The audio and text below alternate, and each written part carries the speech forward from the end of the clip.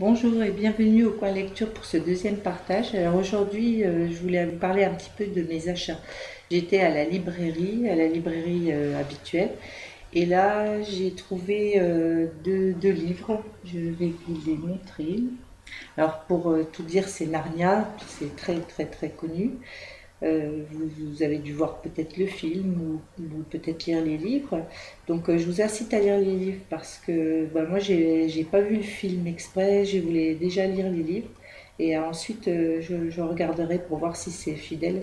Parce que bon, je suis un peu de ces personnes qui, quand elles lisent un livre et qu'elles voient le film après, et souvent c'est pas très fidèle et je suis un peu déçue. Donc là, je suis donc à la lecture. Donc je vous montre Narnia. Donc il existe sous cette forme-là, en tome. Voilà, attendez, je vais essayer de vous montrer bien mieux que ça. Voilà. Ah, j'ai un problème avec le réglage. Voilà. Donc Le Monde de Narnia, c'est le tome 1, Le Neveu du Magicien. Donc c'est de C.S. Lewis. Voilà. Et bah, j'étais dans le rayon et puis du coup je voulais prendre que le tome 1 au début, puis je me suis dit je vais déjà commencer à lire, voir si ça me plaît, et puis on verra si j'achète le deuxième. Puis finalement dans le magasin je me suis dit oh, allez, je prends les deux, ils sont là les deux, je les prends les deux. Et j'ai commencé ma lecture. Donc très rapidement, j'ai fini le tome 1 en 2 jours, 2 jours et demi. Et puis c'était férié, et là je me suis dit t'as bien fait de prendre le tome 2 parce que j'avais très très très très envie de savoir ce qui se passait après. Donc voilà le deuxième tome de Narnia. Donc le lion, la sorcière blanche et l'armoire magique. D'ailleurs, ceux qui ont vu le film ne connaissent pas cette partie-là du livre. Ouais, c'est pas grave. Enfin, tous les tomes n'y sont pas. Alors, j'ai fini ces 2 tomes d'ailleurs. Voilà. Et du coup, à la librairie, ils faisaient pas les autres. Il n'y avait pas les autres, fallait les commander. Enfin, ça dure, ça met un petit peu de temps à arriver. Et j'en parlais avec une amie, et cette amie l'avait, et pipi pourra, je vais pouvoir continuer. Donc voilà, il peut se présenter aussi sous cette forme-là. Et là, vous avez les 7 tomes. Donc voilà, c'est beaucoup plus dense et plus adapté, on va dire, à la lecture adulte.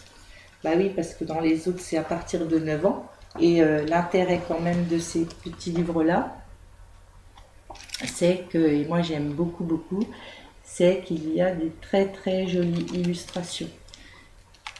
Alors moi je suis restée un petit peu une enfant, alors les livres sans images, j'ai un petit peu du mal en fait. Donc j'ai essayé de vous en montrer une autre. C'est assez ancien comme illustration.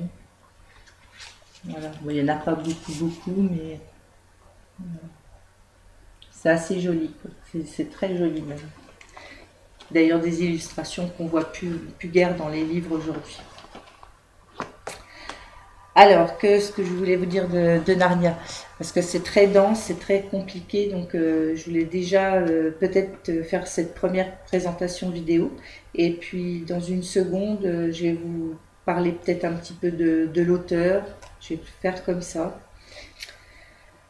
Donc ben voilà pour ça. Et puis ce que j'ai trouvé aussi, bon ça n'a rien à voir, c'est un petit objet, c'est un petit gadget on va dire, mais qui est bien utile quand même quand on lit beaucoup.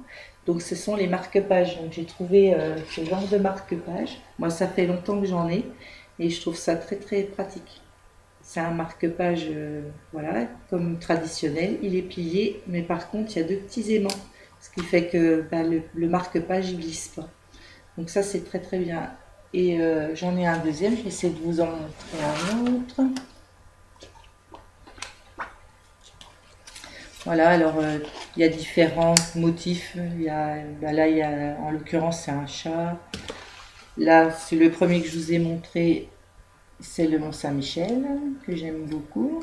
Voilà, voilà. Et puis sinon, vous avez d'autres choses, des petits cœurs, des bonbons, enfin il y en a pour tous les goûts. Tout le monde peut s'y retrouver, et puis je trouve ça vraiment bien pratique le fait que ça glisse pas. On sait toujours on sait toujours où on en est. Et puis, même si on transporte son livre, eh bien, le marque-page, il reste à la bonne page.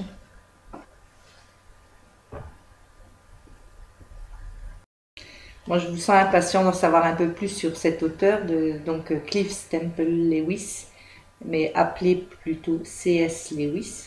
Donc, je vais faire la biographie tout de suite.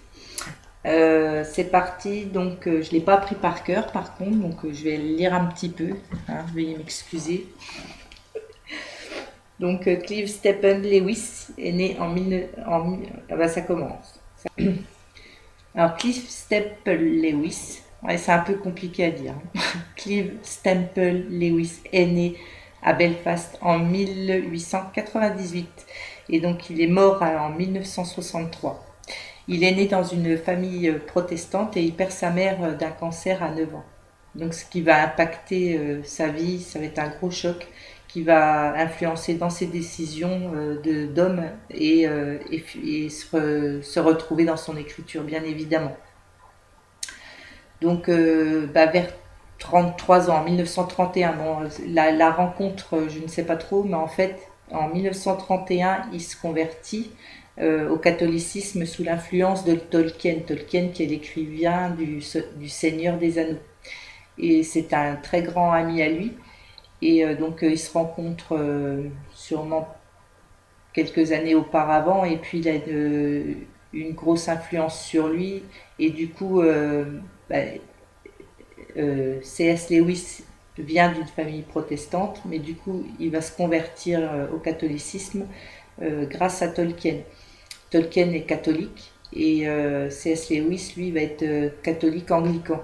Et ce sera toujours, Tolkien, il aura toujours eu un regret de ne pas avoir pu le faire se convertir vraiment au catholicisme comme lui, quoi.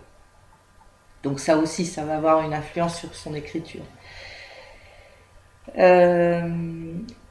Ensuite, il va choisir de faire un roman fantastique, enfin en partie fantastique, imaginaire, et parce qu'en fait il avait une nounou irlandaise qui lui contait des contes de fées et des histoires de la mythologie, et enfin voilà, elle lui racontait toujours des histoires venues d'un monde fantastique comme ça, mythique. Donc il était beaucoup influencé aussi par cette nounou. Voilà, bon bah pour l'essentiel, voilà, je ne veux pas m'étaler plus que ça sur sa biographie. C'est vraiment les points essentiels qui va nous faire voir ces 7 tomes différemment, les 7 tomes de Narnia sous un œil un petit peu différent. On va être sûrement alerté par sa vie, on va se rendre compte de certaines choses, sans vouloir trop en dire ni spolier, mais voilà. Donc pour la prochaine vidéo, je vous ferai le premier tome de Narnia. Je vais si autre chose à dire, c'est que donc les Narnia, ils n'ont pas été écrits dans l'ordre. Donc ça paraît bizarre, mais c'est comme ça. Donc le premier tome qui a été écrit, c'est le tome 2. C'est la sorcière blanche, le lion, la sorcière blanche et l'armoire magique. Donc ça, c'est le premier qui a été écrit. Ensuite, vous devez avoir... Ouais, ça c'est nul. Donc alors, ça a été publié dans un ordre donc différent. Donc le 2, ça a été écrit... Donc le premier a été écrit... Donc le premier tome, c'est le 2. Après est venu le 4, le 5, le 6, le 3, le 1 et le 7. Voilà dans quel ordre il les a écrits en fait chronologiquement. Donc si vous voulez voir l'évolution de l'écriture de l'écrivain, il vaut mieux les lire dans cet ordre-là.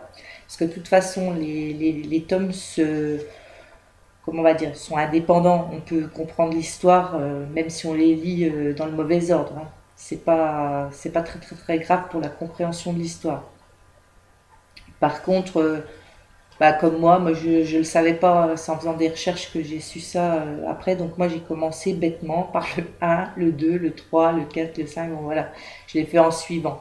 Mais du coup, ça je pourrais vous le dire quand j'aurai fini, vous dire si effectivement, vu que je les lis dans l'ordre, est-ce que ça me donnerait autre, est-ce que je pourrais vous dire, une fois que j'aurai terminé, si ça avait été mieux que je le lise dans le sens comme ça de publication plutôt que dans l'ordre.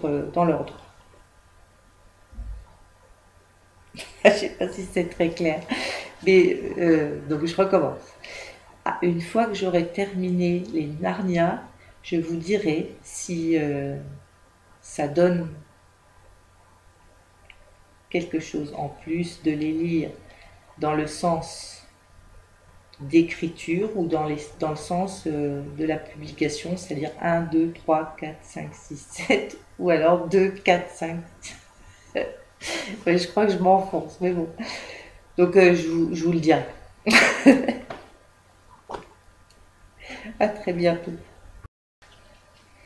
Bon, ça fait un peu amateur de chercher, mais moi je coupe rien, hein. Vous vivez tout en live, parce que de toute façon, je suis peut-être moins amateur que monter une vidéo, je sais pas le faire. Donc je coupe rien, c'est tout comme ça, et c'est naturel, et c'est très bien.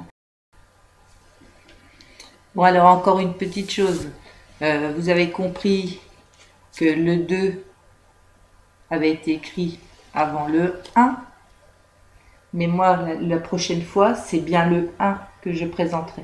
Donc la prochaine vidéo, je présenterai et je donnerai un petit peu mon ressenti sur le monde de Narnia, le neveu et le neveu du magicien.